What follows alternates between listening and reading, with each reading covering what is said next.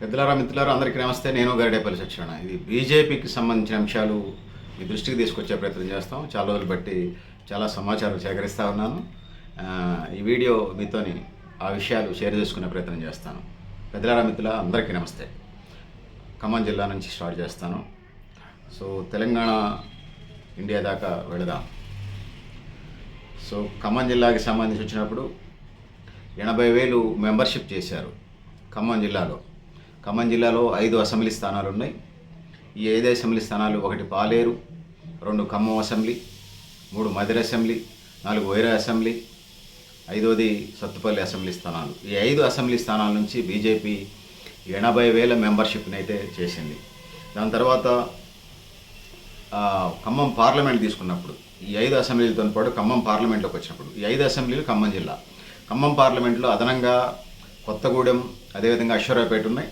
ఇక్కడ అశ్వరావుపేటలో 19,000 సభ్యత్వం చేశారు ఖమ్మం పార్లమెంట్ పరిధిలో. అదేవిధంగా కొత్తగూడెంలో 36,000 మెంబర్షిప్ చేశారు. అంటే ఖమ్మం పార్లమెంటు మొత్తం చూసుకున్నప్పుడు బీజేపీ మెంబర్షిప్ 1,35,000 ఓట్లు, 1,35,000 మెంబర్షిప్ చేశారు. సో ఖమ్మం జిల్లాలో అయితే 80,000 చేశారు. అశ్వరావుపేటలో 19,000, కొత్తగూడెంలో 36,000 మెంబర్షిప్ చేస్తే మొత్తం క్యాలిక్యులేట్ చేసినప్పుడు ఖమ్మం పార్లమెంట్ ఎంపీ సెగ్మెంట్ పరిధిలో 1,35,000 మెంబర్షిప్ చేసినట్టుగా మనకు అర్థమవుతా ఉంది. ఇది పిక్చర్.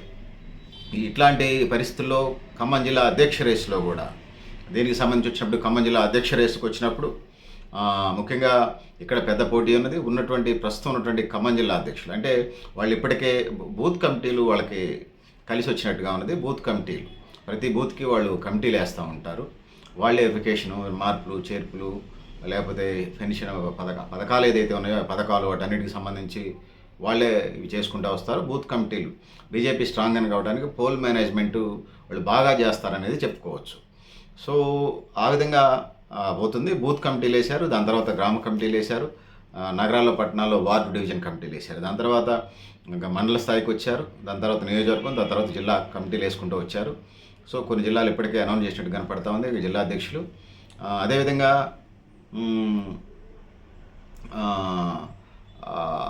కొన్ని జిల్లాలు పెండింగ్ ఉన్నట్టుగా ఉంది. సో దాని తర్వాత ఫిబ్రవరిలో రాష్ట్ర అధ్యక్షుల పదవి, దాని తర్వాత జనవరి ఫిబ్రవరిలో రాష్ట్ర అధ్యక్షులు అయిపోయిన తర్వాత దాని తదుపరి ఫిబ్రవరి మార్చిలోపు జాతీయ అధ్యక్షులు కూడా అనౌన్స్ చేసే పరిస్థితి మనకు కనపడుతూ ఉంది. సో ఇందులో మనం మళ్ళీ ఖమ్మం జిల్లా నుంచి మనం స్టార్ట్ చేసుకున్నప్పుడు బీజేపీ ఖమ్మం జిల్లా అధ్యక్షుల రేస్లో వాళ్ళు ఇప్పటికే కంటెస్ట్ చేస్తున్నారు. ఇందులో మొదటిగా బీసీ సామాజిక వర్గానికి గత 3 దశాబ్దాలుగా కంటెస్టెడ్ పనిచేస్తున్నటువంటి బీజేపీకి పనిచేస్తున్నటువంటి జ్వాల అలియాస్ దొంతు జ్వాల నరసరావు మొదటి రేస్లో ఉన్నారు. దాని తర్వాత బీసీ సామాజిక వర్గం నుంచే కార్పొరేటర్గా ఒక 4 కోట్లు పార్టీ కోసం కష్టపడి ప్లాట్లు కూడా అవి 2 కోట్లు అవుతుంది. ఒక ప్లాట్ అమ్ముకుంటే ఎన్నికల్లో 2 కోట్లు వస్తున్నాయి ఒక ప్లాట్కి. సో ఆ విధంగా 4 కోట్ల రూపాయలు నష్టపోయాడు.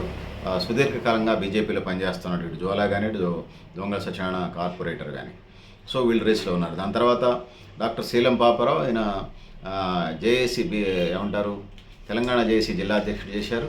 అదేవిధంగా కోదండరాం పెట్టిన తెలంగాణ జనసమితికి కూడా జిల్లా అధ్యక్షుడు చేశారు. ఈ నేపథ్యంలో ముదిరా సామాజిక వర్గం తెలంగాణలో పెద్ద ఎత్తున ఉంటుంది కాబట్టి అదేవిధంగా ఈటెల రాజేంద్రకి ఇస్తే డాక్టర్ శీలం పాపారావు రేస్లో ఉంటాడు, ఇస్తారనేది. అదేవిధంగా సన్నే ఉదయ్ ప్రతాప్ గతంలో చేశాడు, తను కూడా అడుగుతూ ఉన్నారు. దాని తర్వాత గెల్లా సత్యనారాయణ ప్రస్తుతం ఖమ్మం జిల్లా అధ్యక్షులు బీజేపీకి, తను అడుగుతూ ఉన్నారు. ఇక నున్నా రవి పాలేరు కంటెస్ట్ చేశాడు. ఒకవేళ ఖమ్మం జిల్లాలో ఇవ్వాల్సి వస్తే నున్నా రవికి ఇవ్వడానికి ఛాన్స్ ఉంది. అదేవిధంగా వైరా సెగ్మెంట్ నుంచి నెల్లూరు కోటేశ్వరరావు కూడా రేస్లో ఉన్నారు. దాని తర్వాత ఈవి రమేష్ కూడా ఉన్నాడు. ఇక శ్యామ్ రాథోడ్ ఎవరైతే ఉన్నారో అతను ఎమ్మెల్యే సీట్ కోసం ట్రై చేశాడు వైరా నుంచి. సో ఆ విభాగాలకు సంబంధించి ఎస్టీ మోర్చాకి సంబంధించి దాంట్లో పనిచేస్తూ ఉన్నారు. ఇది ఖమ్మం జిల్లాకు సంబంధించిన అధ్యక్ష రేస్లో ఉన్నటువంటి వాళ్ళ పరిస్థితి ఇది మనకు కనపడతా ఉంది. అదేవిధంగా ఇదైతే పరిస్థితి కనపడతా ఉంది. దీంతో పాటు ఖమ్మం జిల్లా బార్ అసోసియేషన్ చైర్మన్గా గెలిచినటువంటి ఎవరైతే ఉన్నారో bar association chairman Nerella Srinivas కూడా రేస్లో ఉన్నారు. ఇంకా అనేక మంది ఆశావాహులు దరఖాస్తు చేసుకున్నారు. సుమారుగా 25-30 మంది దరఖాస్తు చేసుకున్నారు. వాళ్ళ ప్రయత్నాలు అయితే వాళ్ళు చేస్తూ ఉన్నారు. జనరల్గానే ల్యాబింగ్ అయితే ల్యాబింగ్, రిప్రజెంటేషన్ అయితే రిప్రజెంటేషన్. పార్టీ అడుక్కునే ప్రజాస్వామ్యం అయితే ఉంది బీజేపీకి సంబంధించి. అంటే మాకు ఇవ్వమని ఒకసారి అనౌన్స్ చేసిన తర్వాత ఎవరైనా ఖచ్చితంగా కామ్గా పనిచేయాల్సిందే, లేకపోతే ఖచ్చితంగా క్రమశిక్షణ చర్యలు తీసుకునే పరిస్థితి అయితే ఉంటుంది ఆ పార్టీకి సంబంధించి అనేది మనం చెప్పుకో తప్పదు. సో జిల్లాకు సంబంధించి పరిస్థితున్న తర్వాత స్టేట్కి సంబంధించి వచ్చినప్పుడు ప్రధానంగా వినపడుతున్నటువంటి పేరు అనేక సంవత్సరాలుగా విద్యార్థి దశ నుండి ఉద్యమాలు నడిపినటువంటి ఈటెల రాజేందర్ రాష్ట్ర అధ్యక్ష పదవి రేసులో ఉన్నారు. మున్నూరుగా ముదిరాజ్ సామాజికవర్గం, ముత్రాసి అంటారు, ముదిరాజ్ సామాజికవర్గం బలమైన సామాజికవర్గం. అతను నక్సలైట్ పార్టీ నేపథ్యం నుంచి వచ్చి తర్వాత బీఆర్ఎస్ తెలంగాణ ఉద్యమంలో పెద్ద ఎత్తున పోరాటాలు చేయటం, దాని తర్వాత కొన్ని టెక్నికల్ రీజన్స్ వల్ల బీజేపీలో జాయిన్ అయినటువంటి నేపథ్యాన్ని చూసాం. తను కూడా సమర్థుడే. సో ఈటెల రాజేందర్ మొదటి పేరుగా వినపడుతుంది. దాని తర్వాత అరుణక్క, డీకే అరుణ, తను కూడా గతంలో ఎమ్మెల్యేగా మంత్రిగా పనిచేసినటువంటి పరిస్థితి మనం చూస్తాము. దాని తర్వాత రామచంద్రరావు, మాజీ ఎమ్మెల్సీ అనుకుంటారు ఇతను, రామచంద్రరావు ఇతను కూడా రేసులో ఉన్నాడు. సో దాని తర్వాత వీళ్ళ పేర్లు ముగ్గురి ప్రధానంగా వినపడతా ఉన్నాయి. వీళ్ళ ముగ్గురు తర్వాత Dharampur Arvind, Nizamabad MP, Raghunandan Rao famous advocate and ఎమ్మెల్యేగా కూడా గెలిచిన ఎంపీ, ఇప్పుడు ప్రజెంట్ ఎంపీ అనుకుంటాను ఎంపీ. దాని తర్వాత మాజీ అధ్యక్షుడు బండి సంజయ్, వీళ్ళంతా రేస్లో ఉన్నారు. సో సంస్థాగతంగా చూసినప్పుడు ఇప్పటికే చెప్పాను, బూత్ కమిటీలు అయిపోయినాయి. దాని తర్వాత గ్రామ కమిటీలు, వాళ్ళ పార్టీ ఉన్న సాటనే బూత్ కమిటీల తర్వాత గ్రామ కమిటీల తర్వాత మండల కమిటీల తర్వాత నియోజకవర్గ కమిటీలు, ఎమ్మెల్యే సెగ్మెంట్ పరిధి, దాని తర్వాత జిల్లా, దాని తర్వాత పార్లమెంట్ దాకా వాళ్ళు కమిటీలు వేసుకున్నారు. దాని తర్వాత జిల్లా తర్వాత రాష్ట్రం తర్వాత జాతీయ, ఇవన్నీ ప్రాసెస్ జరుగుతూ ఉన్నది. సో ఇది పరిస్థితి. సో రాష్ట్ర అధ్యక్షుడికి సంబంధించి అయితే ఇది కనపడతా ఉన్నది. సో జాతీయ అధ్యక్షుడికి సంబంధించి కూడా ఎన్నికలు జరగాల్సిన పరిస్థితి అయితే మనకు కనిపిస్తూ ఉంది. ఇందులో బీసీ సామాజిక వర్గాలకు ఇవ్వాల్సి వస్తే కోవా లక్ష్మణ్కి ఇచ్చే పరిస్థితి కనపడుతుంది. తెలంగాణ నుంచి ఇతను ఉన్నాడు. సో దాని తర్వాత ఇప్పుడున్నటువంటి జేపీ నడ్డా ఎవరైతే ఉన్నారో, జేపీ నడ్డాని కూడా మళ్ళీ రెన్యువల్ చేసే అవకాశం అయితే ఉన్నది. మరి 2 సార్లు చేసిన తర్వాత రిలీవ్ కావాలని అంటున్నారు. మరి ఆ విధంగా చూసినప్పుడు మరి చూడాలి. పార్టీ అంటే ఇవి జర్నలిజం కోణంలోనే. సో పార్టీ అవసరాలు రీత్యా అనుకున్నప్పుడు ఇది ఎక్స్టెన్షన్ చేసే అవకాశం అయితే బీజేపీకి సంబంధించినది. ఒక నెల అటు ఇటు కావచ్చు, లేకపోతే ఒక్కొక్కసారి ప్రత్యేక పరిస్థితులు పార్టీకి ఏమైనా ఇబ్బందులు కలుగుతాయి అనుకున్నప్పుడు ఉన్న పాత అధ్యక్షుని కూడా కొనసాగించే పరిస్థితి కూడా ఉంటుంది. సో అయితే పార్టీ ఒకసారి డిసిజన్ తీసుకున్న తర్వాత కాంగ్రెస్ లాగా మెతక విక్రయం ఉండదు. బీజేపీకి సంబంధించి వచ్చినప్పుడు ఒకసారి డిసిజన్ తీసుకున్న తర్వాత ఇక అది ఎవరైనా శిరస వహించాల్సిందే. అది మనం అనేక సందర్భాల్లో చూసాం. ప్రధానమంత్రి అభ్యర్థి దగ్గర, లేకపోతే రాష్ట్రపతి అభ్యర్థి దగ్గర, లేకపోతే ఉపరాష్ట్రపతి అభ్యర్థుల దగ్గర, జాతీయ అధ్యక్షుల దగ్గర అనేక సందర్భాల్లో డిసిజన్ మేకింగ్లో బీజేపీ ముందానింది అనేది చెప్పక తప్పదు. సో ఈ మెంబర్షిప్కి సంబంధించి నేను చెప్పుకుంటూ వచ్చినప్పుడు ఖమ్మం జిల్లా 80,000 ఉన్నది. మెంబర్షిప్లో మళ్ళీ అప్డేటు అంతా అయిన తర్వాత చెప్పొచ్చు అయ్యాను. మళ్ళీ నేషనల్ లెవెల్కి చెప్పిన తర్వాత మనం అనుకున్నట్టుగా ఖమ్మం జిల్లాకు సంబంధించి 80,000 బీజేపీ మెంబర్షిప్ జరిగింది. దాని తర్వాత ఖమ్మం పార్లమెంట్కి వచ్చినప్పుడు ఈ ఖమ్మం జిల్లాలో ఉన్నటువంటి పాలేరు, ఖమ్మం, మదిర, వైరా, సత్తుపల్లి 5 నియోజకవర్గాలతో అశ్వరాపేట, కొత్తగూడెం ఉన్నది. ఖమ్మం జిల్లాలో 80,000 మెంబర్షిప్ చేస్తే అశ్వరాపేటలో 19,000, కొత్తగూడెంలో 36,000 మెంబర్షిప్ చేశారు. సో ఈ మొత్తం కలిపితే 1,35,000 సభ్యత్వం ఖమ్మం పార్లమెంట్లో జరిగినట్టుగా మనకు లెక్కల ద్వారా తెలుస్తూ ఉన్నది. సో అదేవిధంగా తెలంగాణ రాష్ట్ర వ్యాప్తంగా ఇప్పటికే 35 లక్షల సభ్యత్వం చేసి మేము తెలంగాణలో రాష్ట్రంలో అధికారంలోకి వస్తామని చెప్పేసి మంచి ఊపు మీద ఉన్నది బీజేపీ శ్రేణులు, బీజేపీ పార్టీ. దాని తర్వాత నేషనల్ లెవెల్లో చూసినప్పుడు 13 కోట్ల పైగా మెంబర్షిప్ కలిగి భారతదేశంలోనే అతిపెద్ద పార్టీగా ఈరోజు బీజేపీ మన ముందుకు వస్తూ ఉన్నది.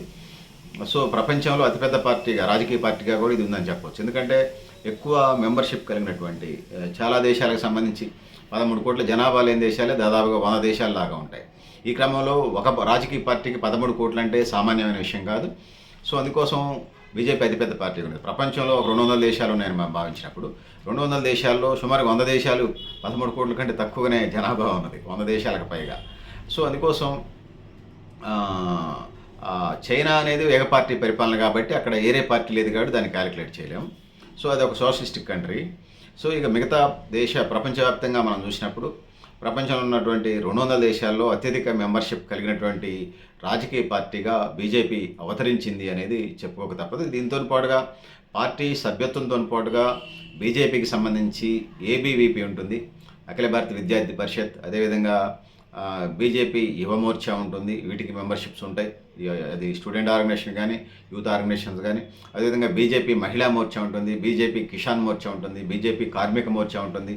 బీజేపీ కార్మిక మోర్చాలో అటు ఆర్గనైజ్డ్ సెక్టర్, అన్ఆర్గనైజ్డ్ సెక్టర్ ఉంటుంది. అంటే ప్రభుత్వ రంగ సంస్థల్లో పనిచేసే ఉద్యోగులు, ప్రైవేట్ రంగంలో పనిచేసే ఉద్యోగులు ఉంటారు. సో కార్మిక మోర్చా ఉంటుంది. దాంతోపాటు ఇంకా అనేక విభాగాలు దీంట్లో ఉన్నాయి. విశ్వ పరిషత్తు, ఆర్ఎస్ఎస్, స్వయం సేవక సంఘాలు, ఇంకా అనేక బజరంగ దళ్ళు, ఇట్లా అనేక విభాగాలు ఉన్నాయి. అట్లా చూసినప్పుడు ఈ 13 కోట్ల కంటే ఎక్కువ కనపడుతుంది. ముఖ్యంగా హిందూ మతానికి సంబంధించిన ఏదైతే ఉన్నాయో ఐడియాలజికల్గా ఉన్న వాళ్ళంతా కూడా వాళ్ళ మెంబర్షిప్లో లేకపోయినా శాశ్వత సభ్యులుగా పనిచేస్తూ ఉంటారు. మనం దాన్ని అంచనా వేయలేం. ఎందుకంటే భారతీయ సమాజం అంతా కూడా హైందవ సమాజంతో ముడిపడి ఉన్నది. సో వాళ్ళు బీసీలతో ఎలా మెర్జ్ అవుతారనేది వాళ్ళ భవిష్యత్తు అయితే ఆధారపడింది. నాకు తెలిసి బీజేపీకి ఏ రాజకీయ పార్టీ భవిష్యత్తులో అడ్డు ఉండకపోవచ్చు. ఒక బీసీలకు సంబంధించి వాళ్ళు ఎలా వ్యవహరిస్తున్నారనే దాన్ని బట్టే బీసీలు వాళ్ళతో ఫ్రెండ్లీగా ఉంటారా, శత్రువులుగా ఉంటారనే దాన్ని బట్టి బీజేపీ భవిష్యత్తు ఆధారపడిన తప్పితే మిగతా అంతా కూడా బీజేపీ స్ట్రాంగ్గా కనిపిస్తూ ఉంది. తెలంగాణలో కూడా బీజేపీ శ్రేణులు మేము అధికారంలోకి వస్తామని ఒక ఊపులో పనిచేస్తున్నటువంటి కనబడుతుంది. చాపు కింద నీరులాగా పనిచేస్తూ ఉన్నారు. బీజేపీ అనగానే మతత్వ ఎజెండా అంటారు. అది పోను అభివృద్ధి ప్రణాళికల్ని ప్రజలకి అనుకూలంగా ముందుకు తీసుకెళ్ళగలిగితే ఏదైతే ఉన్నదో ఇప్పుడు దాకా నువ్వు పోయిన జన్మలో పాపం చేసుకున్నావు కాబట్టి ఈ జన్మలో ఈ పేదరికం ఉందనే కాన్సెప్ట్ని పక్కన పెట్టేసి దేవుడిని మొక్కాల్సిందే. ఎవరికి నచ్చిన దేవుడిని వాళ్ళు మొక్కుంటారు, దాని మీద అభ్యంతరాలు ఏం లేవు. కానీ బీజేపీ వాళ్ళు కూడా అభ్యంతరాలు ఏమని భావిస్తారు.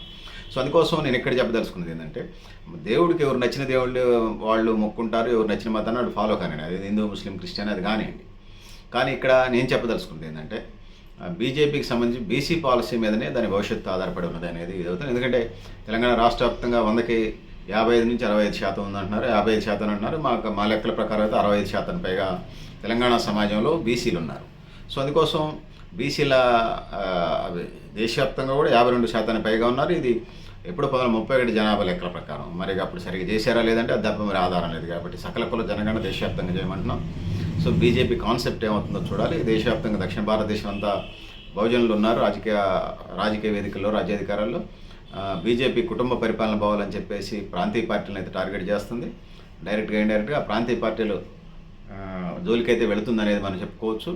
సో ఆ విధంగా చూసినప్పుడు కుటుంబ పార్టీలు పోయిన తర్వాత, అంటే కుటుంబ పార్టీల వల్లనే దేశంలో అవినీతి బాగా పెరుగుతుందని చెప్పేసి, లేకపోతే ప్రభుత్వ రంగ సంస్థలు ఉండటం వల్ల ప్రైవేటైజేషన్ అవి చెప్తున్నారు. కానీ అవినీతి రహిత సమాజం నిర్మించడం కోసం కృషి చేయాల్సిందే.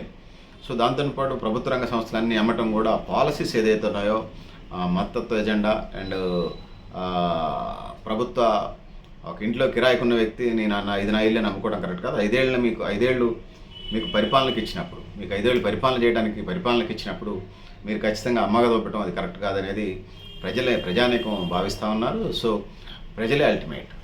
అబ్రహం లింకన్, అమెరికా మాజీ అధ్యక్షుడు అబ్రహం లింకన్ అన్నట్టుగా ప్రజలు తమ కొరకు తాము ఏర్పరచుకొని తాము నడుపుకునేదే, ప్రజలు తమ కొరకు తాము ఏర్పరచుకొని తాము నడుపుకునేదే ప్రజాస్వామ్యం అంటాడు.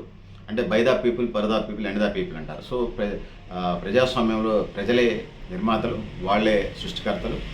నాయకులను తయారు చేస్తారు, నాయకుల్ని కాలగర్భంలో కలిపేస్తారు, పార్టీల్ని పెంచుతారు, పార్టీల్ని నేలమట్టం చేసేయగలిగే శక్తి అంతా కూడా ప్రజాస్వామ్యంలో ప్రజలకు ఉంటుంది, ముఖ్యంగా ఓటర్లకు ఉంటుంది. భారతీయ సమాజానికి సంబంధించి వచ్చినప్పుడు భారతీయ సమాజంలో 90 కోట్లకు పైగా ఓటర్లు ఉన్నారు. అంటే ఈ 90 కోట్ల మందికి పైగా ఓటర్లు అంటే ఇది ఆస్ట్రేలియా ఖండం ఆస్ట్రేలియాలో ఉన్నటువంటి ఓటర్లు, అమెరికాలో ఉన్నటువంటి ఓటర్లు, సుమారుగా 19+ దేశాలు ఉన్నటువంటి యూరోప్ ఖండంలో ఉన్న ఓటర్లు అందరూ కలిపితే ఎంత ఓటర్లు ఉంటారో అంతమంది ఓటర్లు భారతదేశంలో ఉన్నారు. అందుకోసమే భారతదేశాన్ని ఉపఖండం అంటారు. అంటే ఖండానికి ఉండాల్సిన అన్ని లక్షణాలు భారతదేశానికి ఉన్నాయి. జనాభా, భౌగోళిక విస్తరణ, సాగునీటి, త్రాగునీటి, ప్రకృతి, పర్యావరణం, అట్లా ఏ విధంగా కొలమానంగా తీసుకున్నా కూడా, పారామీటర్గా తీసుకున్నా కూడా ఇవన్నీ కూడా ఉన్నాయి అనేది మనం చెప్పుకోవచ్చు. సో విభిన్న జాతులు, విభిన్న సంస్కృతులు, భాషలు, వేషధారణలు, అనేక ఆహారపు అలవాట్లు ఈ దేశంలో ఉన్నాయి. సో అందుకోసం ఇది ప్రత్యేకమైనటువంటి ఖండం కలిగినటువంటి, ఖండానికి ఉండాల్సినటువంటి లక్షణాలు ఉన్నాయి కాబట్టి దీన్ని ఖండం అంటారు. దీంట్లో భిన్నత్వంలో ఏకత్వం కూడా ఉంది. అంటే అనేక భాషలు, సంస్కృతులు, వ్యవహార శైలులు, ఆహారపు అలవాట్లు ఉన్నా కూడా మేమంతా భారతీయులు అనేటువంటి ఒక ఇదైతే ఉన్నది. సో ఆ విధంగా ఉన్నది. ఈ క్రమంలో భారతదేశానికి బీజేపీ ఏ విధంగా ముందుకు తీసుకుపోతుంది. అభివృద్ధి ఎజెండా అనేది ప్రధానమైనది కాబట్టి దేశ ప్రజలు పేదరికం మగ్గటానికి ప్రధానమైన కారణాన్ని ఐడెంటిఫై చేయకుండా మతం మీదకో దేవుడి మీదకో నెట్టడం వల్ల ఏం ఉపయోగం ఉండదు. అందుకోసం ఏదైతే ఉన్నదో అభివృద్ధి ఎజెండాను తీసుకున్నప్పుడు అభివృద్ధిని ఎజెండాగా తీసుకుంటే భవిష్యత్తులో బాగుంటుంది. దాంతోపాటు ఈ దేశంలో ఉన్నటువంటి మూలవాసులు ఎవరైతే ఉన్నారో బీసీలు, ముఖ్యంగా చెప్పాల్సి వస్తే బహుజనులు, ఈ దేశ మూలవాసులు బీసీలు ఎవరైతే ఉన్నారో వీళ్ళని కడుపులో పెట్టుకొని చూసుకోగలిగితే బీజేపీకి నష్టమే ఉండదు. సో బీజేపీ భవిష్యత్తులో రాష్ట్రంలో దేశంలో నాలుగోసారి కోసం ట్రై చేస్తున్నట్టుగా మనకు కనపడతా ఉంది. రాష్ట్రంలో తెలంగాణ రాష్ట్రంలో మొదటిసారి మాకొక్క ఛాన్స్ అంటూ మొదలుపెట్టారు ఇప్పటికే బీజేపీ శ్రేణులు. సో ఆ మెంబర్షిప్ క్యాంపెయిన్ కూడా ఆ వైపుగా కనిపిస్తూ ఉన్నది. సో చూద్దాం ఏం జరుగుతుందో. సో ఏదేమైనప్పటికీ కూడా ప్రజల ప్రయోజనాల కోసం పనిచేసే దాన్ని మనం గౌరవించాల్సిందే. ముఖ్యంగా నేను వద్దంటే ఆగిపోయేది కాదు, నేను ఎక్కమంటే బీజేపీ ఎక్కేది కాదు. వాళ్ళకి కొన్ని విధానాలు, పాలసీస్ ప్రజాకోర్టులోకి వెళ్ళినప్పుడు, ప్రజల్లోకి వెళ్ళినప్పుడు ప్రజలు గౌరవించి గెలిపిస్తే ప్రజాస్వామ్యాన్ని గౌరవించేవాళ్ళం. ప్రపంచం అంతా కూడా 200 దేశాల్లో 180 దేశాలకు పైగా డెమోక్రసీని కోరుకుంటుంది. ఈ ప్రజాస్వామ్యంలో ప్రజలు బీజేపీనా, లేకపోతే కాంగ్రెస్నా, లేకపోతే థర్డ్ ఫ్రంట్నా, లేకపోతే ఇంకో ఫ్రంట్నా, ప్రాంతీయ పార్టీల కూటమి ఏదన్నా కానీ, లేదా కొత్త పార్టీ ఏదైనా పుట్టుకొస్తుందా, ఉన్నటువంటి 2000, 3000 ఎలక్షన్ కమిషన్ ముందు రిజిస్ట్రేషన్ చేసుకున్న పార్టీలు 2500, 3000 పైగా, సుమారుగా 2500 నుంచి 3000 పార్టీలు ఎలక్షన్ కమిషన్లో రిజిస్ట్రేషన్ చేసుకున్నాయి. ఇందులో కొన్ని యాక్టివ్గా 200 నుంచి 500 పార్టీలు తిరుగుతున్నట్టుగా మనకి అర్థమవుతుంది భారతదేశవ్యాప్తంగా. ఈ పార్టీలలో ఏది అధికారంలోకి వచ్చినా మాకు అంటే ప్రజలు యాక్సెప్టెన్స్ చేసి, ప్రజల అంగీకారంతో ప్రజలు ఓట్లు వేసుకొని పరిపాలనకు వస్తే మాకు అభ్యంతరాలు లేదు. ఈ దేశ ప్రయోజనాలు, ఈ దేశ ఆచార వ్యవహారాలు, ఈ దేశ యొక్క భవిష్యత్తు, ముఖ్యంగా ఈ దేశ ప్రయోజనాలని ముఖ్యంగా ఆ వైపుగా ప్రయాణం చేసే పార్టీ ఏది అధికారంలోకి వచ్చినా కూడా మాకు ఎలాంటి అభ్యంతరాలు లేవని తెలియజేస్తూ, పెద్దలారా మిత్రులారా, బీజేపీ హవా అయితే ఇప్పుడు కొనసాగుతూ ఉంది. దాన్ని మనమే ఇప్పటికిప్పుడు ఆపలేం. సో బీసీలతో వాళ్ళు పెట్టుకుంటున్నట్టుగా అనిపిస్తూ ఉంది. బీసీలతోని, రాజ్యాంగంతో వాళ్ళు కెలక్కుండా వెళ్తే సాఫీగా జరుగుతుంది. ప్రతిదీ కెలుక్కుంటూ వెళ్ళే పరిస్థితి ఉంటే భవిష్యత్తులో నష్టం. అంటే బీజేపీ అధినాయకత్వం ఏదైతే ఉందో చాలామంది ఇంటలెక్చువల్స్ ఉన్నారు. వాజ్పేయి, అద్వానీ దగ్గర నుంచి ఇప్పుడున్నటువంటి మోడీ, అమిత్ షా టీమ్స్ దాకా భవిష్యత్ తరాలకు సంబంధించి కూడా 2-3 తరాలకు సరిపడా ఆ పార్టీకి నాయకత్వం ఉంది. కాబట్టి 30 ఏళ్ల పాటు ఆ పార్టీకి గెలిచినా కూడా ఆ పార్టీకి డోకా లేదనేది మనకు కనిపిస్తూ ఉంది. సో ఇప్పుడున్నటువంటి మెంబర్షిప్లు ఇవన్నీ కూడా ఉవ్వెత్తున కొనసాగుతూ ఉన్నది. ముఖ్యంగా నేను చాలా అంటే హైందవ సమాజం బేస్గా ముందుకెళ్తున్న క్రమంలో మన వీడియోస్ కూడా కొన్ని చేశాం మన సంక్రాంతి పండుగకి. ముఖ్యంగా బ్రాహ్మణ్ ఐడియాలజికల్గా వెళుతున్నట్టుగా మనకు కనపడుతున్నా కూడా. సో ఇందులో ప్రధానంగా ఏదైతే ఉన్నదో మహిళలు కూడా పూజల పునస్కారాలు భారతీయ సమాజంలో ఎక్కువ చేస్తారు. అందుకోసం భవిష్యత్తులో బీజేపీ దేశంలోనే కాదు తెలంగాణలో కూడా అధికారంలోకి రాదనేది చెప్పలేము. అవకాశాలు అయితే మనకి పుష్కలంగా కనిపిస్తూ ఉన్నాయి. వాళ్ళని మహిళలకు సంబంధించి డోక్రా సంఘాలు ఎట్లయితే పెట్టారో ఉమ్మడి ఆంధ్రప్రదేశ్లో, తెలంగాణలో వాళ్ళకి సంబంధించి ప్రత్యేక కార్యాచరణ ఏమైనా రూపొందించుకొని ముందుకెళ్ళగలిగితే తెలంగాణలో కూడా బీజేపీ అధికారంలో రావడానికి అయితే ఆస్కారం ఉన్నది. సో పెద్దలారా, మిత్రులారా, మీరు కూడా మేము ఏ అభిప్రాయాలని కామెంట్ బాక్స్లో రాయండి అని తెలియజేస్తూ, నేను గరిడేపల్లి సత్యనారాయణ, న్యూ లక్ష్య ఆర్గనైజేషన్. థ్యాంక్ యూ అని అన్నారు.